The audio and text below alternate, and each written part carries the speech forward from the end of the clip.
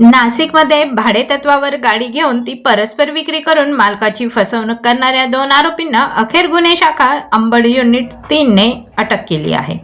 तब्बल 1.5 वर्षापासून फरार असलेल्या या आरोपींना सापळा रचून पोलिसांनी जेरबंद केले आहे।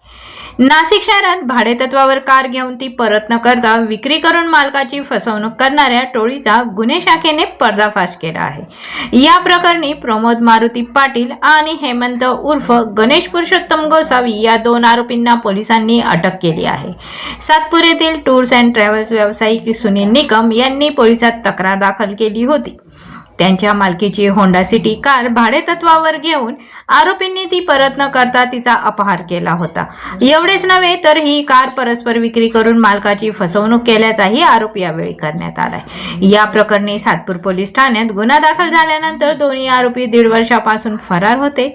दरम्यान आरोपी प्रमोद पाटील कामटवाडा परिसरात आल्याची माहिती गुन्हे शाखेला मिळाली। त्यानुसार अंबड युनिट 3 च्या पथकाने सापळा रचून त्याला ताब्यात घेतले।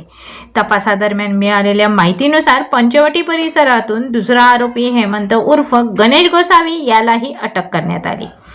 पोलीस तपासात गोसावी याच्यावर यापूर्वीही जबरी चोरी व फसवणुकीचे गुन्हे दाखल असल्याचे समोर आले आहे।